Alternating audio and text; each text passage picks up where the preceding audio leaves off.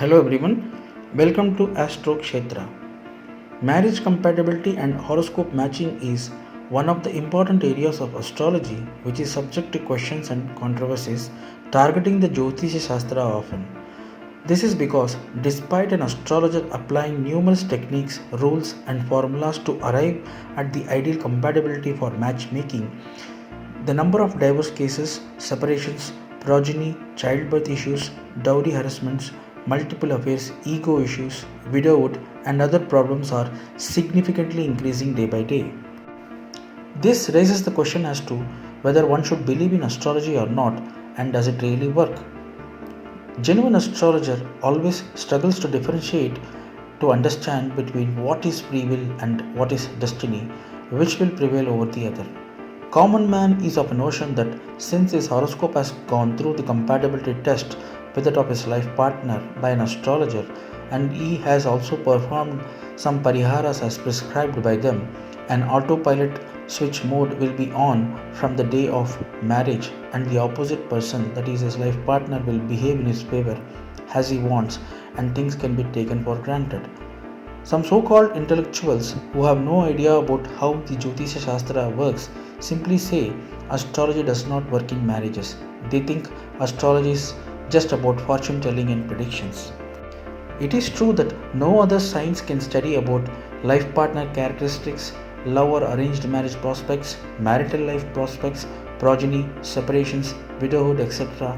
from a birth chart except for an astrologer. Astrology is not just a Jyotisha Shastra but also a Pratyaksha Shastra for all the events of life.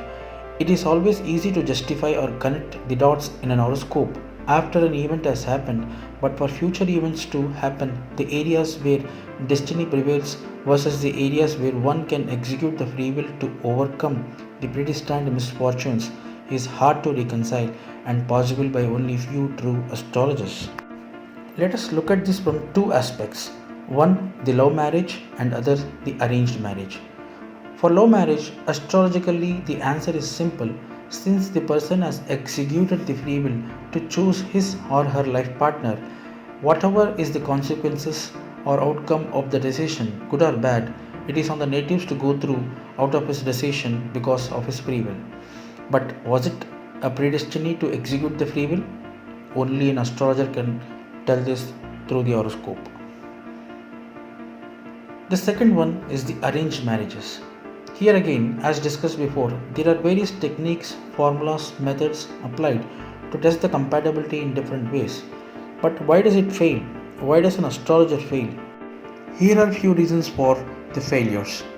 1. The astrologer's lack of knowledge and skill set, which is a common and biggest problem. 2. Astrologers giving prediction on Chandrashtama, that is, when the transit moon travels in the 8th house from his natal moon. 3. He is also tend to commit mistakes when the transit moon travels around 30 degrees of his natal Ketu. The other reasons could be inaccurate information provided by the native to the astrologer and no proper background verification done by the astrologer. Astrologer compromising to the native's demand on various factors for the matchmaking, which can be more specific to each case.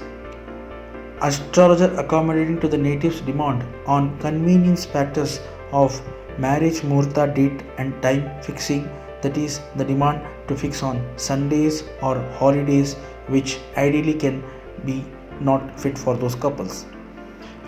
Astrologically, in a birth chart, the 7th house, the 7th lord, Venus, Mars, Jupiter, their star lords, aspects, conjunction, and placements already exist in the horoscope and shows about one's life partner, their family background, their character, marital life prospects, whether it is love marriage or arranged marriage, multiple relations, the possibility of separations, etc.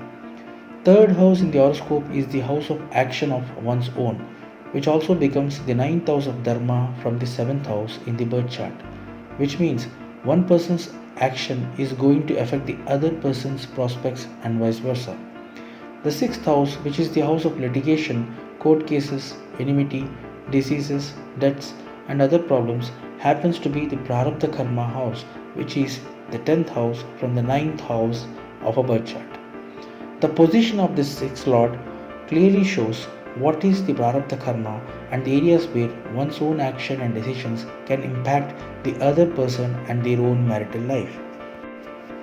An astrologer who genuinely understands these equations and applies the compatibility techniques wisely will not just give the nod for marriage to take place but also will provide proper guidance by explaining the characteristics, behavior, strengths, and weakness of their life partner, the foreseen period of cautiousness, problems to overcome, etc., from each other's point of view.